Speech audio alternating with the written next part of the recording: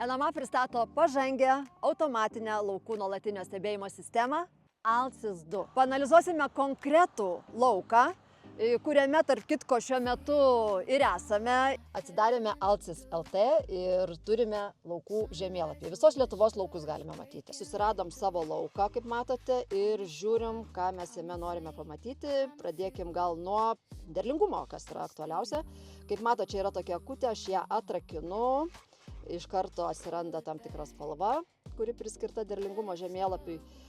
Kuo laukas tamsesnis, to derlingumas didesnis. Kaip matot, pas mus šviesus laukas itin, bet, kaip matote, čia yra rapsai, tai yra 25 metų informacija ir iš šio lauko mes turėjom 2 tonas 86 iš hektaro derliaus.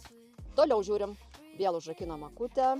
Nusiimam čia tas spalvas ir aš galvoju, gal pažiūrim, tarkim, ar esam užrakinę anglį ar ne, nes mes dalyvaujame toje programoje.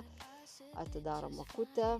O, vėlgi, kuo tamsesnis, tuo didesnis užrakinimas, vadinkim, ir daugiau humuso. Ir einame per visus įrankius, daug informacijos, kuri palengvins jūsų darbą.